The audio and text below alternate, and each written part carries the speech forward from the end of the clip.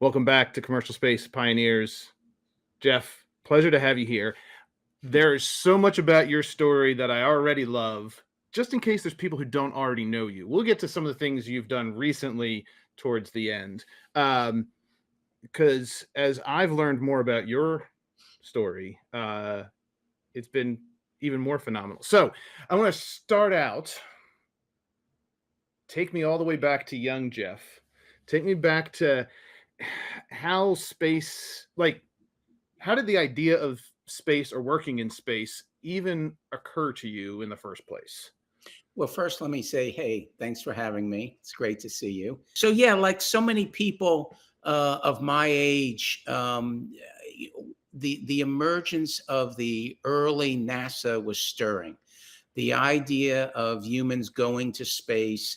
I can remember we would gather for the Gemini. I remember Gemini, and and I'm not Texas enough to say Gemini, but I remember Gemini, the school would stop, and everybody in the school would go downstairs to the gym and call. I remember his name. The custodian of the school had a little black and white TV, and we would watch the launches. And the entire school. Now imagine you're 8 years old or something. I mean, this is 9, 10. This is like you know. Uh, One of the frustrations I have is that we seem as a nation today to correctly salute our veterans, to salute people who have served in our wars. Well, when I was growing up, we were saluting the technical prowess of NASA, and those were the heroes. Those were the people celebrated at ball games. Those were the people we were Ah, recognizing. These people, and no one was saying to me, "You can grow up and be a Marine." They were saying you could grow up and go to space. When I was a kid, my older brother and I would sit. I remember we read uh, Tom Swift and his Space Cadets. It was this multi-volume. It was three guys who were going to Venus or something, and it was their stories. And I barely remember the stories. And so we were reading analog science fiction, amazing stories. I think it was called pulp mhm, science fiction. yep. And we would lie in bed at night when we were supposed to be sleeping. And we promised ourselves that by the turn of the century, which was just, I mean, impossible because it means I would be old and adult and that we would be on Mars. And that was it. So my brother grew up and led a normal life, and I didn't. Okay. So young Jeff, um, heroes, Yeah. right? The people that you were taught, like, this is clear that this affected you and spoke to you as these are heroes. So how did you connect those heroes to you being on Mars by the year 2000? Oh, oh yeah. Like, was there an idea that you were going to be a hero like those heroes, or was there going to be a change that it was? Oh, I've never thought of that. No, I had no. This is interesting. Thank you. This is psychotherapy for me. Um, I had zero desire to be a NASA astronaut. I Okay. have never thought about this, but from my early days, the government wasn't for me. Government was not for this boy. Okay. I had zero. I wanted to be like Tom Swift. He was not an Ooh, astronaut for ooh, ooh. NASA. He was an Okay. explorer. He was a Okay. settler. He was a frontiers person. So Mm, from the early days, and probably still today, I want to be part of the expansion of humanity into space. I don't want to be a government employee. Okay. No offense to those colleagues who are. It ain't what I am. Okay. yeah. So I wanted to be maybe the first poet or the first writer or the first, when I was a kid, lawyer or something on Mars. I didn't want to be the government Okay. employee.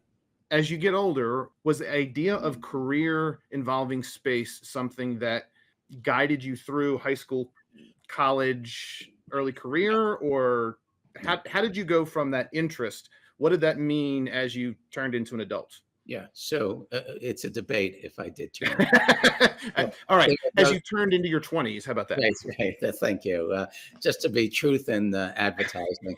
No, I discarded it. I was a neuroscience major at Northwestern and always was a science fiction nut. Asimov, Isaac Asimov, Ray Bradbury. I love that stuff. Time travel was just extraordinary to me when you get your head around it. So I enjoyed that. And then quickly, when I was finished Northwestern, I entered a master's program in psychology of memory, neuroscience. I didn't like it, and I dropped out. Started a film magazine called At the Movies in Manhattan. It was distributed free. It did well. I sold it after 5 issues. Came into a good chunk of money, and now I'm 23, 24 years old, and now I have to be an adult. So, what is the next step? Do I go to grad school to pursue the science? I'm sitting on a chunk of money. I was a 21-year-old publisher in film. What do I do? I had some offers to do things in publishing. And that's when I said no. I was the publisher of At the Movies. I wasn't the editor. And I realized I wanted to be more creative. So I taught myself to write. And I decided to combine the two consciously. It wasn't a fluke. I said, I'm going to teach myself to write. And the space shuttle had come along. The Reagan administration was touting it as this is a symbol of the new America. It's the fifth launch of the space shuttle. Administrator Jim Beggs declared a new commercial era. So I decided, yeah, it was interesting. In fact, I went down to Washington for the press conference.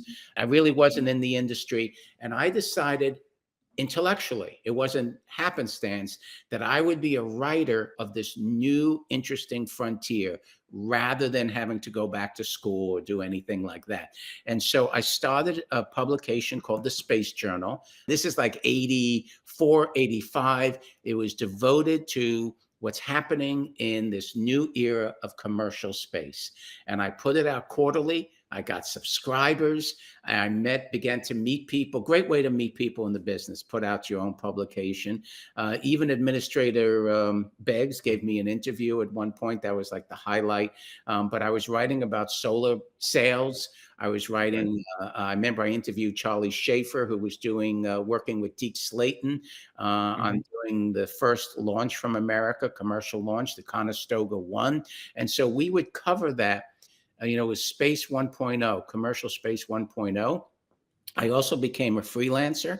I was writing for the New York Times, Aviation Week, business magazines. I was making a living. I'm very proud of this. I was making a living from writing about space. And I became the go-to for this new thing called commercial space. And so I remember the New York Times turned to me at one point and said, if this keeps going up, you will be our correspondent for commercial space. But it didn't. A turn. So Yeah. why didn't it keep going up? Well, therein lies the rub.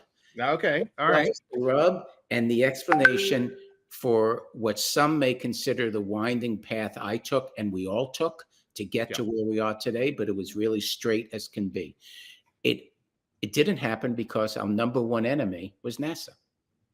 NASA was the number one enemy in the late 80s and early 90s to commercialization of space. And so as I began to interview these amazing 1.0 entrepreneurs, it could be Deke Slayton, one of the original 7. He had space services, the launch of Conestoga. Russ Ramsland, who was doing microgravity research, gallium arsenide on the shuttle. Joe Allen, a former astronaut, and Max Faget, whose name is on the patent for the Mercury capsule. These were the first generation of commercial space entrepreneurs. And as I interviewed them, every single one of them had horror stories about how NASA was shutting down their business. But hold on, NASA is space. NASA, that was that was what inspired you, right? That was NASA in Life magazine. And so these same people that were in the space program from the 60s, by the 80s, those people that were at the front edge of the government development now are trying to be in the front end of commercial space development. Is that right? Yep. And even then, finding and out of curiosity, and this is going to presage something that will come later, but did you believe them when they said, oh, NASA is the enemy and you're writing this, right? Did you think that they were right, or did you think, oh god, they just don't understand, the world has changed and they're not changing with it? No, it was extremely clear for me with the more I interviewed that I was shocked, and I've never recovered. I mean, I was shocked at the way we conducted our space program. Our space program, as I've said publicly many times in the 90s, the American space program was socialist. It was a socialist space program. I'm from New York. My family owned 2 restaurants. Okay, we believed in a lot of things, competition. Okay, we believed in customer first. I mean, all these things that I didn't know were, which were every part of the United States, the way we do our business. I came to realize that the way we were doing space was, and less each few years, still remains unique. And I began to realize it was socialism. And socialism meaning a bunch of Yeah. men would get in a room and they would decide the hardware. I mean, to this day, when the Department of Defense needs a new military aircraft, they don't build it. Okay, it's competed among Lockheed or this or that. They don't do the services. They don't do the implementation. You're a private. Department of Agriculture doesn't design and build the tractors, but NASA, up until the 90s, we can get to that, up until the cargo contract for ISS, NASA was 100% the United States space program. It designed, developed, operated, regulated everything we did in space. It even had an overwhelming degree of influence in Congress on policy. And I began to gravitate towards people, mostly Reaganites. Reagan, one part of Reagan you have to remember if you're, younger, which most people are now, is that Reagan had a side which was open markets, unleashing the spirit of the entrepreneur. And there were Reaganites, a gentleman named Bob Brumley at Commerce, who rose up to be the attorney counselor, whatever they call it, the number 3 position at Commerce, the chief lawyer, who they were open markets, but they were space nuts. And they too were appalled that NASA could tell the White House, let's do this in space. NASA could work with Congress. For example, why did this great nation, up until recently, why were we single point dependent on getting cargo and humans to and from space on the government-owned, operated, regulated space shuttle? We don't do that anywhere else. We don't do that in any other endeavor that we do. And guess what? The space shuttle was an awful vehicle. Okay, it was awful. But it was the pinnacle of technology. That same technology that you were adoring as a kid, isn't that just the next more complex step in that process? No, it was a government program, should have been research and development. The next step would have been to go, as we did, from the German V2 rockets. Okay, we went to Mercury, we went to Gemini, we went to Apollo. How does SpaceX launch today? Like a space shuttle? No. They take the next and everybody, all the dozens of other space transportation companies. A government could do something like space shuttle, but not make this nation single point dependent on the research vehicle.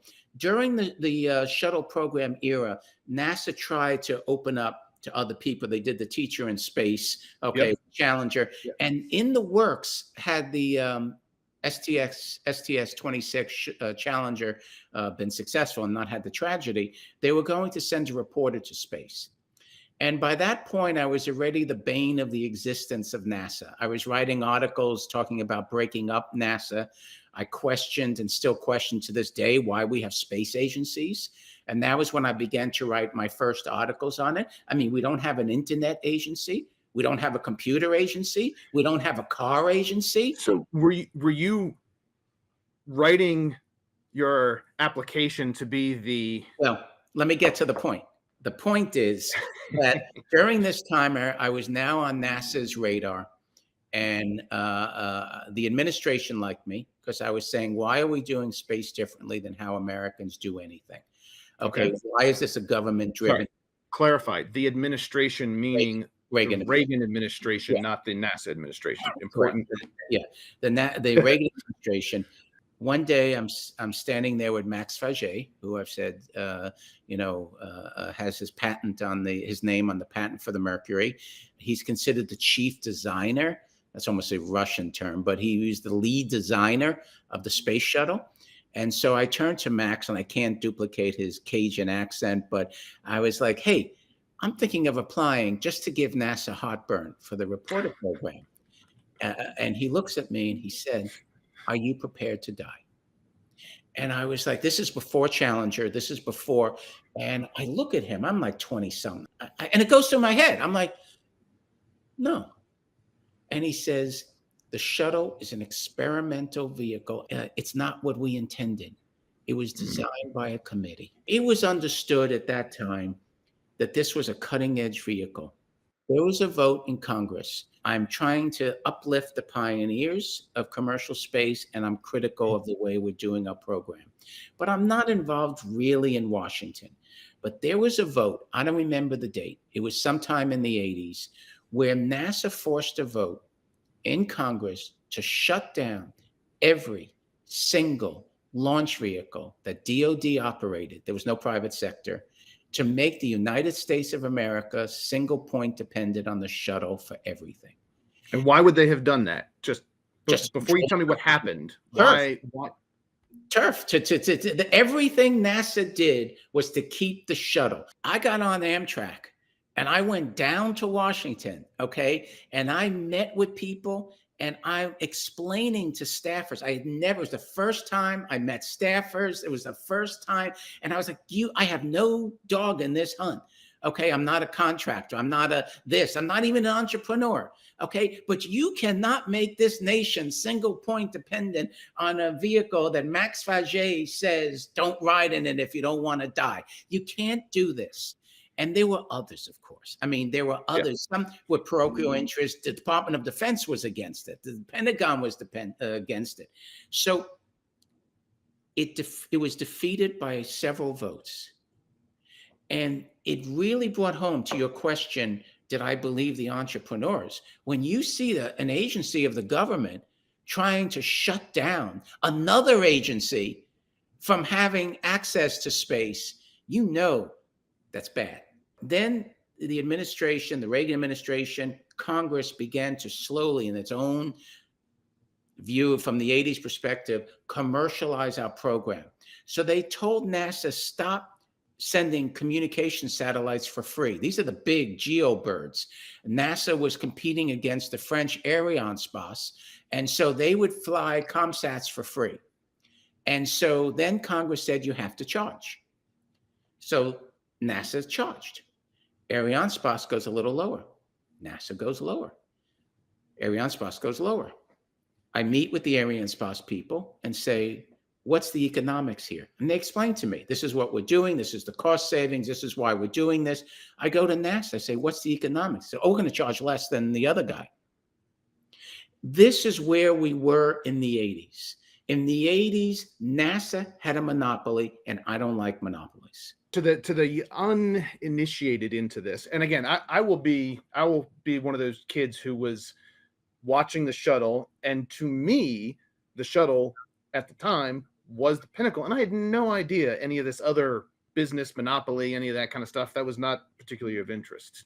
As I have gotten more into the industry, I have started to figure out more of the story. Was there an argument that NASA was making that had any, like, what was their virtuous argument? Let's not talk, okay, so they were wrong, but what virtuous argument did they build on?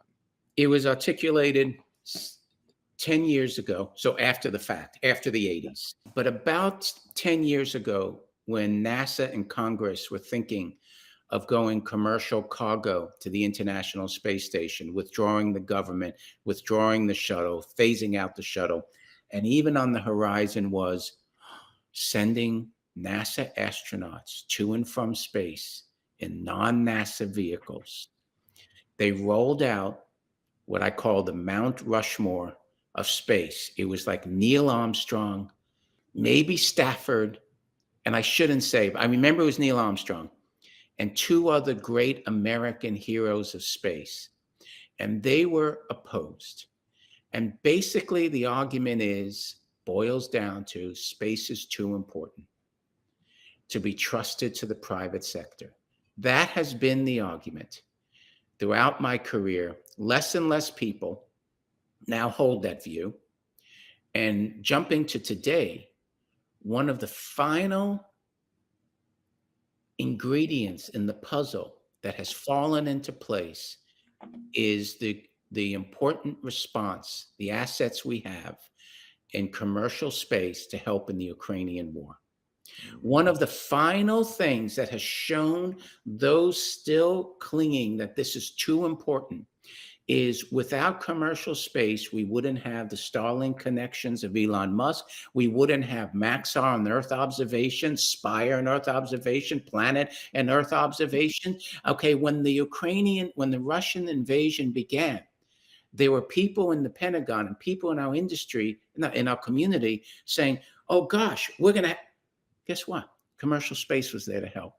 And so from the 80s forward, really from the 40s, but from the 80s forward, the argument has been this is too important. And it comes out of John F. Kennedy creating NASA, Eisenhower and Kennedy creating NASA as a response to the Soviet Union. It was created as a fig leaf to pretend that our interest was only civilian science and it wasn't the strategic importance. Then the Reagan administration invited me to join the administration the last year, and it was to help set up something that still exists to this day, the Office of Space Commerce. And it was created with the sole intent of helping to bust up the NASA monopoly on policy and relations with the industry, with community. That's okay. You're a writer. Yeah, I know. Found, funny, right? So I wrote a piece in the New York Times. What was then called Pete Marwick called me up. A gentleman who's still in the industry, Space Florida, Frank DeBello, calls me up and says, "I read your piece in the Sunday New York Times. Would you like to write and consult for Pete Marwick?" I'm like, "Well, I don't know how much." And he told me, I'm like, "Yes, I will." Okay, yes, it was a year's worth of my rent. So I became a consultant like that. Okay, I'm advising Pete Marwick at KPMG on this new thing called commercial space. And then Jim Samuels from Shearson Lehman American Express called me up and said, "I'm reading your stuff. You're good. You want to learn how to do analyze financially some of these new companies and help me write." And so I went down to Wall Street. I had an office on the 44th floor of the World Trade Tower. Okay. Jim Samuels set up, and I worked for him, the first fund on Wall Street. It was for commercial space. It was $10 million, called the Commercial Space Fund. We invested in George Koopman of American Rocket. He was absolutely vocal in his disdain for NASA. We invested in about 4 or 5 companies. And it was total failure because of the policy and other issues. But that sort of got me on the screen of people in Washington. And so I wasn't quite the writer, but I still was. And then Bob Brumley and Greg Fawkes at Commerce, they were tasked, and they helped set up the Office of Transportation that took away from NASA the right to regulate launch vehicles. And Department of Transportation has the function of transportation regulation. This is the beginning of making our space efforts normal. So transportation had been set up. I believe Courtney Stadd was the first director. And then they called me and said, "Would you be interested in coming down to Washington? And would you like to come down to Washington and help us set up this Office of Space Commerce?" And then they said, the guy said, "How did you vote in the last election? And if you didn't vote Republican, just don't answer me." I remember I went silent. "Can you keep your mouth shut?" I said, "I can keep my mouth shut." So they brought me in. And so hold on. Okay. Back at that time, you thought you could keep your mouth shut? Oh, just not to tell them I hadn't voted. Okay, about that particular thing. About that.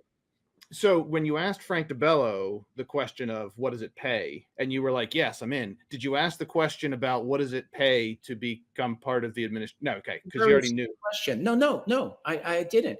I went down to Washington. I met with Bob Brumley, and he said, "Here's the game. We're going to cut NASA off at the knees, and you're going to be the nice voice. I've checked you out everywhere. Everybody respects you. You're a good writer. Your policy's good. You got friends at NASA. I get that. I'm the dark side. Okay. We want to cut down this stupid space station freedom. We want private space stations. We want private launch vehicles. And you have a chance here to make history, to be, and he said, I'm 20, I'm like, golly, this is great. Okay, I only do so much with my writing. Now, I mean, and people were dying to get this job. The Reagan administration was looking for somebody from the space community to parachute in and help guide it. And then it was announced it was the writer guy from, Shearson Lehman. It was and so I went in and NASA had set up this thing as socialists do and Soviets do. They had set up the government has set up a commercial department called the Office of Commercial Programs, run by a very nice man named Jim Rose. And he knew I disliked the whole program. I mean, he knew it. That's what the Reagan administration was doing. Sorry, not NASA was doing, but the administration. Well, NASA was doing it, and the Reagan people were saying this isn't enough. This is still socialism. I'm sorry. Okay. This is still. So I went into Jim Rose and we fought them. And the highlight for us was twofold. One, we got a cover story in Forbes magazine saying, is it time to break up NASA? And the New York Times sort of echoed this. And that was our intent, was to break up NASA. Everybody would say, well, who's going to do these things? Well, the research and the science would go to the National Science Foundation. Regulatory would go to the Department of Transportation. Interface with the industry would go to the Commerce Department. What am I missing? What am I missing here? Okay. And then we put out and we supported the first efforts for a commercial space station, U.S. space station, of which we're only realizing now, which is the bane of my existence. I've waited 20 years for this. You haven't. So no. You have not waited 10 years for it. You have worked for 20 it. years. You have been. Yes, I've been working for it. Yes, you're correct. You're correct. People say to me at NanoRack, oh, you're so fortunate. You're at NanoRack. Waiting for the bus. The bus shows up. No one says you're fortunate. Okay. So anyway, especially if it takes 20 or 30 years to get there. Yeah. So we put out an RFP at Commerce Department for a commercial space station, and Max Faget and Joe Allen with the ISF, Industrial Space Facility, responded. So did Fairchild. Leasecraft was called Leasecraft. And this was the irony. This is the double speak you get from government when they're against you. NASA goes to the cabinet and the Reagan administration and says, we can't support these commercial efforts because there is no market, but support our $8 billion space station freedom because we're going to usher in a new era of commercial space markets. But in the next coming years, during the first Bush administration, there were two pivots. I only stayed 1 year. I was 1 year exactly to the day. They offered the Bush people coming in. I was like, no, government ain't for me. And one of the reasons was we continued with freedom at that point because the cabinet voted, I forget the number in the cabinet, X to 1. It was like 14 to 1 to shut down freedom. And I was elated. I remember when they came back and told me, I'm like, yes. They said, no, we lost. The old man, meaning Ronald Reagan, wants the unanimous. And that's when I knew government wasn't for me. Two comments. One, I went to Russia, okay, and began to work for the Russians because they were the capitalists and we were the socialists in the 90s. And I helped privatize the Mir space, the Russian space station. I privatized Energia, working with the European Bank of Reconstruction. But the point I want to make is that it took another 4 or 5 years. And there were people in town who stayed in town while I was off in Russia. There were people in town who worked to shut down freedom. And then we came together because I'm working for the Russians, and I was there as we created the International Space Station after Dan Golden just couldn't deal with the freedom anymore. And I remember when Mike Griffin called me I didn't know him well, administrator of NASA, or it might have been someone else. I think it was Mike Griffin, very rare. He called me and said, Jeff, we've just made a decision. We're shutting down the space shuttle. And it was an extraordinary moment because we didn't know the future. We were banking that in America, the private sector would step up. And that decision to shut down shuttle and the way NASA reacted is the second phase or second phase of my career because NASA took it gracefully and grew. NASA began to say, what does this mean? And I'm in there going, government is customer. You're a customer. Okay, all this stuff. And NASA being these, and I mean, on an individual level, they're wonderful. They're engineers who believe in space, who also wanted to go to space, and they began to grow. They began to say, why is competition good? Why are you working for the Russians? What can the Russians want money from us?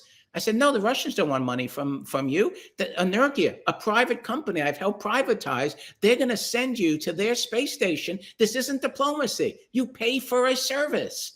The European Space Agency was the first one to agree, I'm jumping here, to pay for the service of taking their astronauts to the Russian space station Mir. I was in Moscow. I didn't go to the meetings in Europe, but when the head of Energia, to this day, the prime, the head of the Russian effort on ISS, came back and it's like, they agreed. And then we went to Dan Golden. Dan Golden called the Russians prostitutes and pimps and walked out of the room. But it was the future. And NASA understood it.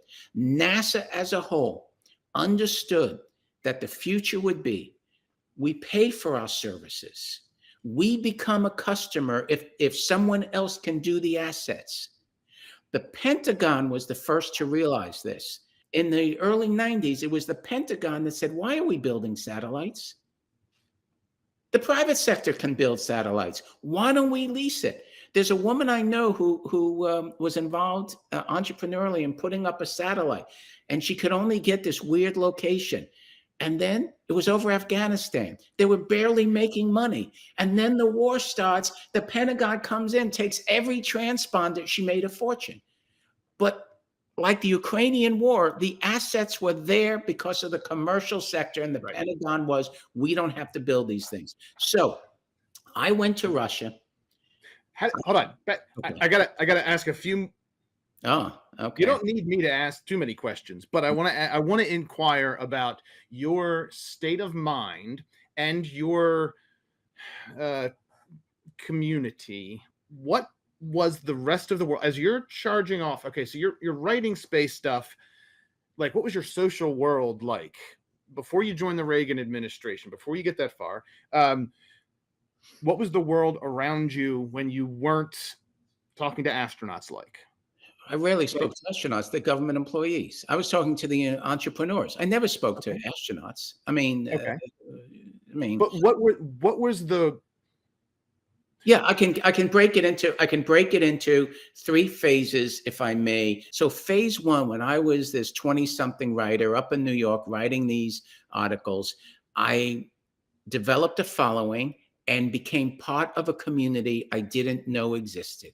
These were space people who understood the challenge we faced from the way we did space. And so I had friends developing first in New York, then Washington, then around the country, Houston, Deke Slayton. I used to go down to Deke Slayton's office with the moose heads looking at me and the keg of beer. Okay, I mean, and then it became international, which was terribly exciting for me. I'm 20-something, and now I got friends in like England and France saying, what you Americans are doing, what are you doing? And then we were doing what we always do. We were destructively destroying ourselves to create. That's what American style markets do. We were destroying ourselves. That which was successful to get to the moon first, we realized, but we were self-destructing, bringing it down in order to create something new. So at that time, I had friends and I had enemies.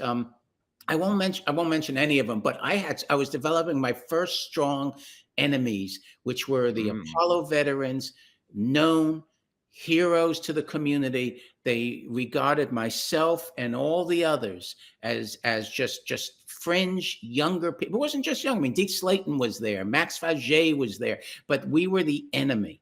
We were completely the enemy. And throughout my career, the one constant in government has been the support philosophically of the Pentagon.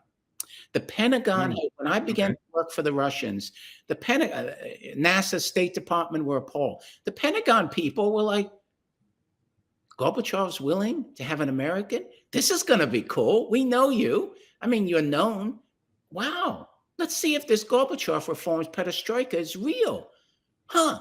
So they've always been that, support from the Pentagon philosophically. So phase one in New York, it was an exciting time because we would do, I mean, it was cool. We were trying to bring down the status quo.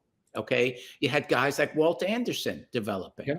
Okay. Rick Tumlinson comes out of that milieu, that soup, that stew. Okay. Out of that comes all these people taking different parts of the community. Rick became, the voice of radical change. And for some reason, I became a voice of more moderate change. I mean, I wanted to break up NASA, but I would have dinner with NASA people because I wanted to understand. I wanted change from within, which is why I did NanoRacks. But anyway, so the second part of my career, when I began to work for the Russians, total social boycott. People, I remember a woman who worked for Vice President Quayle, personally disinvited me to a social event in Washington. Washington stopped talking to me. Okay. I was ostracized by my friends. Okay. I'd walk into an event and people would shout out, "Hey, are you in jail yet?" Okay. And it was a total feeling of abandonment. Yet at the same time, there were senior people. There were senior people who would call me up and say, "We're about to go into a meeting with the Russians. Can you meet me on the street corner across from Union Station? Because I can't be seen with you." And I'd meet the chief of staff of NASA on a street corner, okay? And he said to me, "Now, what's going on here? We don't understand this." And I'd say, "Now, you understand, I'm going to report this meeting to the Russians." And his answer was, "As long as you don't tell Dan Golden." Okay, so the decision makers, Al Gore's decision makers on science and technology were in constant touch with me. The decision makers were fascinated what I was doing with the Russians. The policy makers and the customers, Dennis Tito, Lance Bass. Okay, we had customers, we had agencies. But how do you go from working in the Reagan administration to going to Russia? How did you get there? Okay, very quickly. Okay. Yeah. Okay, so I wrote the first book I wrote on space is called Selling Peace. Peace is the English word for Mir, the Russian space station. And Selling Peace tells the story of what it was like being an American sitting on the Russian side of the table negotiating with NASA. I'll give you a jump to the end. It wasn't pretty. Okay, it just wasn't pretty. I mean, NASA was sending these 30-year-old Houston engineers to negotiate against the best in the world. The way that I went from Reagan administration to the Russians is a friend of mine at the time, Anthony Arrett, came in and said, "I've negotiated." He had a company called Payload Systems up in Boston very quickly, and they had negotiated a pharmaceutical drug research project that was impossible to do on the shuttle, 10 days. Second, the shuttle was now grounded because of Challenger. There was no American space station. And he knocked on the door of the Soviet embassy down here on 16th Street and said, "I want to do a commercial project on your space station." They said yes. He secretly negotiated a commercial contract, then comes over to Commerce Department in the Reagan administration and says, "Jeff, I need an export license." And so I go to Bob Brumley. He says, "How much are they paying?" And I said, "He won't tell me, it's commercial." And Brumley went, "Is this it? Is this our way to capitalism? Is through this new Gorbachev?" So they gave me permission. And we hid it from NASA. We hid it from State Department. My contribution to this whole thing was I had the application into DOD, State Department export, and I had them put on the front page, permission to do commercial research in a Soviet laboratory located 200 miles from Moscow. The fact that it was up. That's the difference. That's the weird way that we view space. Space is different. Remember, that's what the Mount Rushmore is. Yeah. Space is different. It's different. It's not to me, and that's been my career. It's not different. If it's okay to do this experiment and why there is no facility in America. On page 10 or something, it said the shuttle's grounded. We have no pharmaceutical growth research, crystal growth. It needs 20, 30 days in space. So at the end, they got the license. I'll say it. Congressman Bill Nelson held a press conference saying this is illegal. This will be disavowed. It wasn't illegal. We got everybody's permission. But they didn't realize in the body politic of Washington, it was space. So NASA was not brought to the table. NASA was furious. Why were they furious? Because we were busting the monopoly. Yet they should have been excited because it was showing the commercial demand. But instead, in true government fashion, I don't believe NASA's this way today, which is why I'm here and still in the business. No, seriously, but in those days, it was viewed as a monopoly buster on their turf. Only they could say what goes to space. Only they could say if this research. Okay, so they did the experiment, and when they went to the Soviets, they said, "How did you get this?" And they said, "Oh, this guy Jeff Manber, he got us the license. I was a hero in Russia." So they Payload Systems invited me to the launch. I was out of the government by then. I go to the launch, and the Soviets are like, "You're the guy," and the lawyer Ann Flowers was there, but they're like, "You're the guy who got." And then these people approached me from Energia and said, "You want to work for us?" Huh? They said, "You want to work?" I said, "You got to pay me." "Oh, we don't have money." I said, "I don't have money either. You got to pay me." Okay, so we 3 days a week. Yeah, 3 days a week, and represent them. And I went to the Bush White House, and this is inside the Beltway, inside baseball talk here. But I go to the National Space Council that existed under the first Bush administration, and I meet with Mark Albright, Courtney Stad, and I explain. And they're like, "Well, I don't know, Jeff." And then there was this voice from another cubicle, and it was George Abbey, who became the director of the Johnson Space Center, very influential in space policy in the 90s. And he said, "We know, Jeff. Why don't we try this?" And so I wanted them to endorse me, and they couldn't endorse me, but they wrote a letter. I still have a National Space Council letterhead saying, "Jeff, good luck in your exciting new position working for Energia." I just wanted that, and Congress holds me up. So that's how I went from Reagan to Russia, became the only American to work for the Russian manned space program for 9 years, was there as we privatized the space station.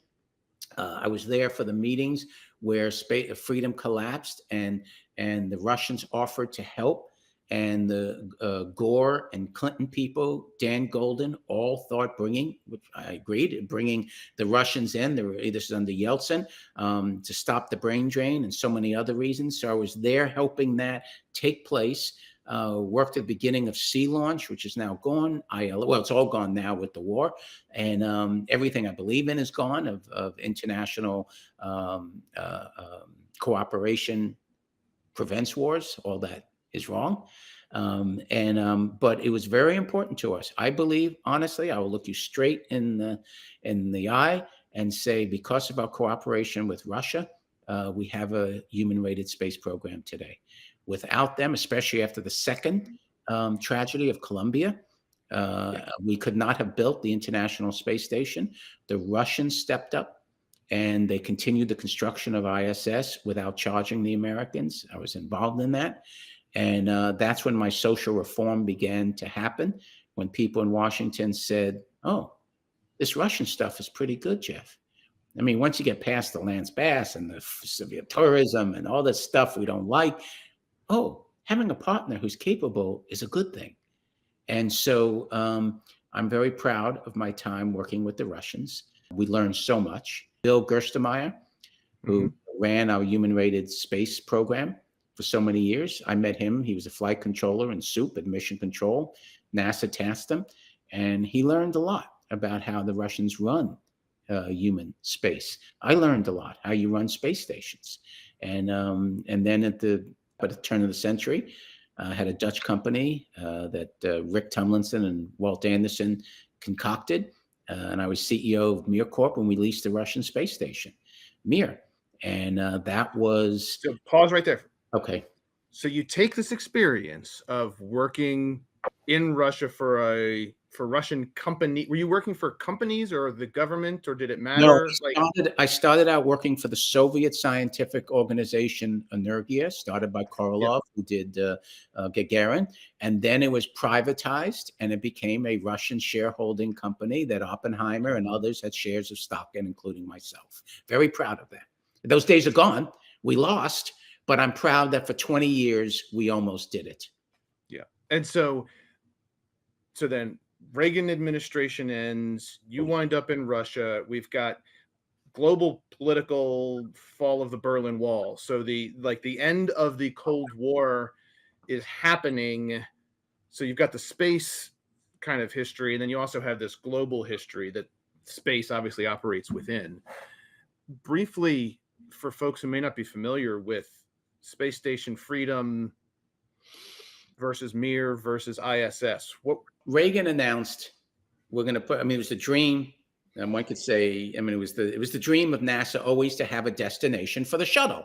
Okay, and that's a space station. So we were fighting to make it commercial, cheap.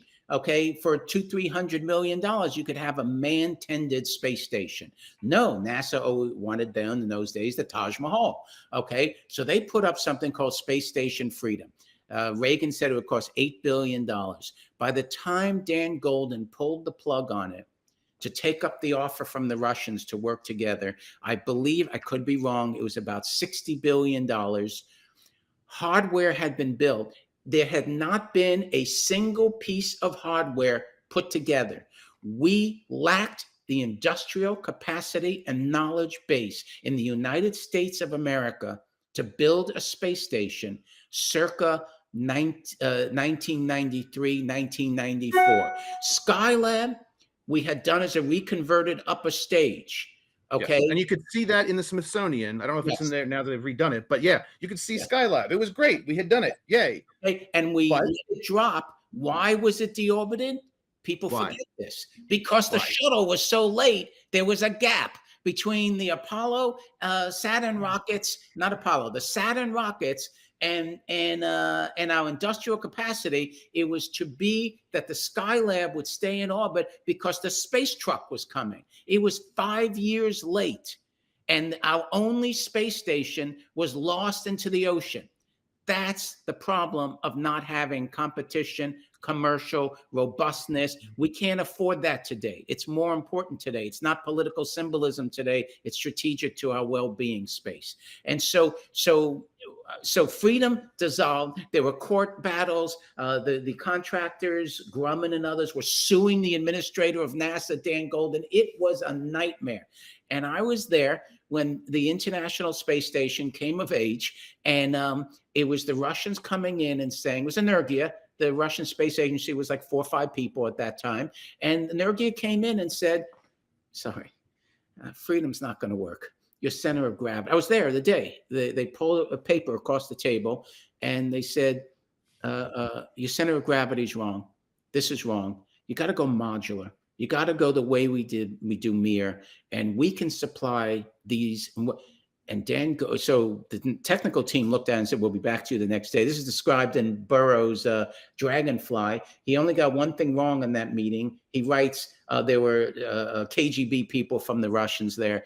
I call him and say, Burroughs, there was no case. I know, but some people told me it's better copy. So NASA came back the next day and said, this technically makes sense. And within and I'm not exaggerating, within 8 weeks from that meeting in Crystal City, I don't remember the year, but within 8 weeks, we flew to Seattle, continued discussions with Boeing, came up with a design of ISS, flew to Moscow, got the Russian government permission, then flew back to Washington. I'm not invited because I'm the weird American who works for the Russians. They go meet with Golden.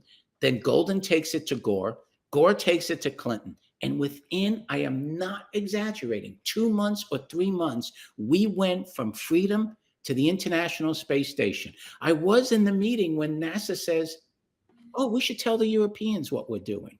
Okay, it was that swift, that fast, and so that's how we got ISS. I was part of the group that put the orbit up higher. It was a lot of problems, 51 degrees. Why did we leave the American highway? I mean, of 28, because we wanted to involve the Russian vehicles. It's no longer sustainable up there, which is why Starlab, the station I'm working on now at Voyager Space, there I got in my day job, is building a space station, Starlab. We're going to have a lower orbit, going back to what's commercially sustainable. But that's how we got, that's how I got from, that's how we got from freedom to ISS.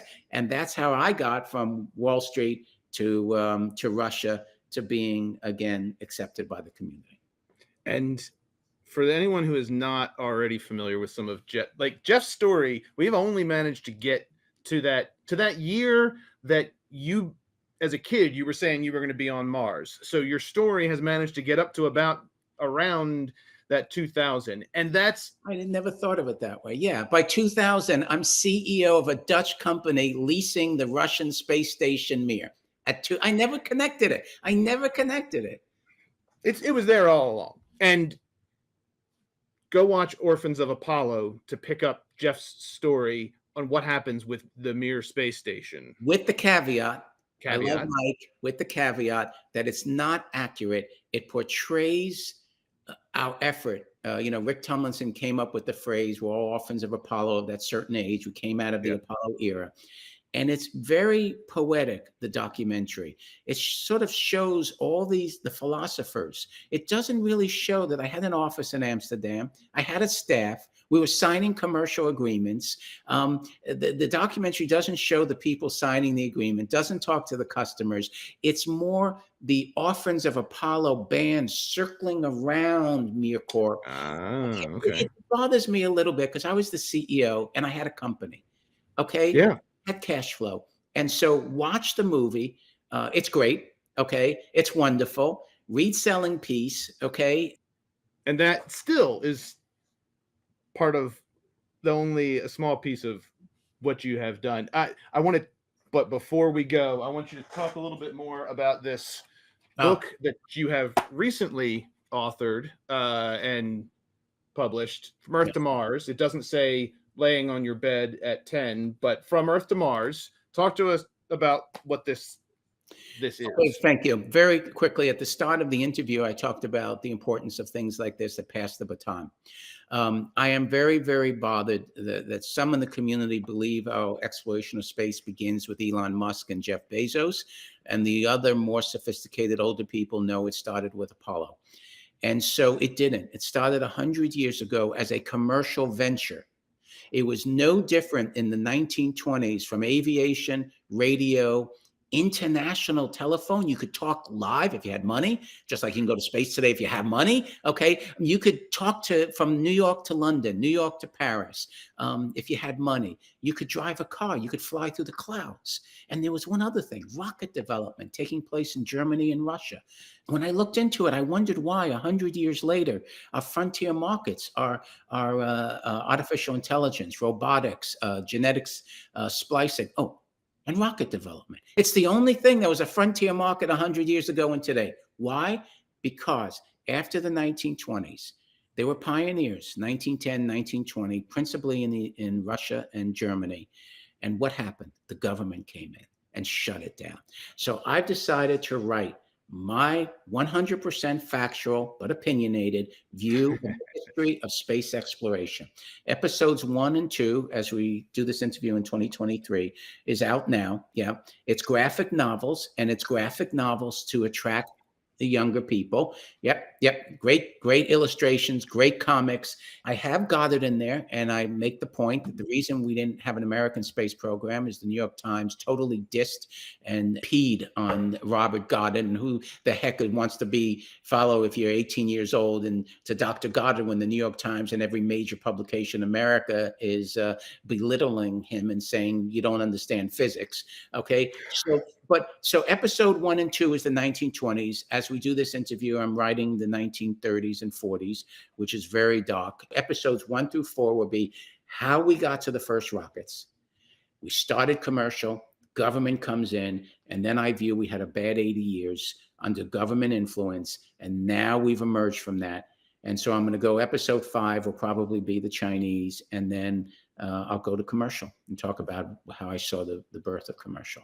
So I'm looking forward to it. As we talk about this, I love the fact that some of the very same themes show up again. And we can see change and progress over time, but things don't happen just overnight. You got knocked down and then did it again. And do you have anything that you can attribute your ability to get smacked down and to lose a battle and then still do it again?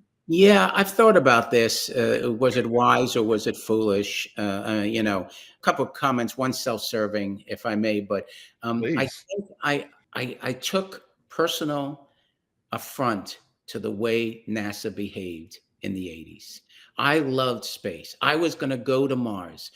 This represented my relationship with my brother. It represented everything to me.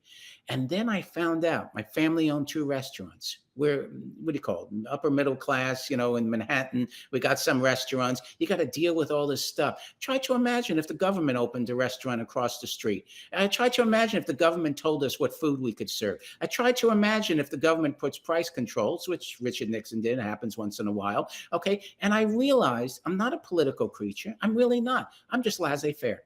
Okay, I'm just libertarian. I just like, we need the government. We need the government, especially in space. We need that public-private partnership. We need the government as a customer, but not to tell us what to put on the menu. Okay, and so I think I took it as a personal affront, and I enjoyed very much that I had a voice because it was a frontier. And then the self-serving thing is a month ago, I was given the NASA's highest award, medal, the NASA Distinguished Public Service something medal, something. It's the highest award. You could have knocked me over. They called me up and said, Jeff, you're getting the NASA something. I said, what does that mean? It's the highest award we can give you. And I said, does this mean I won or I lost? That's all I care. And she said, you've been a pain to us at times, but you've always done it gracefully. And in the end, you were right. So I do feel vindicated, self-serving. Obviously it's not just me, obviously, but I did stick with it. I'm not sure why. I think the trite answer is I had nothing else to do. What am I going to do? Oh, one thing quick. Do we have a second? I did leave the industry at one point. The one time I left the industry, I'm in London after I left the Russians. Well, I didn't like where the Russia was going and stuff. And I left the Russians and I opened up this idea in Brighton, England, to do random number generators from space. Okay. It was this real cool thing. And there was an important guy in Hong Kong we had to call. And I called him. He didn't return my phone call. And I realized I take these things for granted. Why did I leave my industry? Why did I leave the community where I'm known? So I think part of it was also, you're known, you've done something. And so that's where we are. You're going to make me think and ruminate on that one because it's ups and downs. And look, there's a lot of us that have experienced ups and downs. I haven't accumulated the same number or the same amplitude, but it is tough. And hopefully our discussion can help people that are, taking on the mantle. And when you get hit, it turns out it can be tough, and you're not alone. There's not you'll not be the first person to suffer a loss. As long as you believe in yourself and you really analyze it. I used to say to NASA, I'm sorry, I'm on the right side of history and you're not. You're on the wrong side of history. Okay, so you have to believe in yourself. Today, what does that mean? We can't just go to the moon as a government program. You have to believe. You have to believe we will go to Mars at some point. And it's going to be commercial driven. You take the long view and say, how do I contribute? And when you're knocked down, you say, no, we are going to go, to Mars, and we are going to go commercially. We are going to have greenhouses. We are going to have, you just believe in that. And you say, this is just noise. Anyway. Sage words and phenomenal advice. And Jeff, I always love chatting with you. I always learn a lot, and I can't wait for other folks to get to hear our conversation. Jeff Manber, commercial space pioneer extraordinaire. Thank you so very much. Yeah, and thank you for doing this. It means a lot, I know, to the community. So thank you. Take care.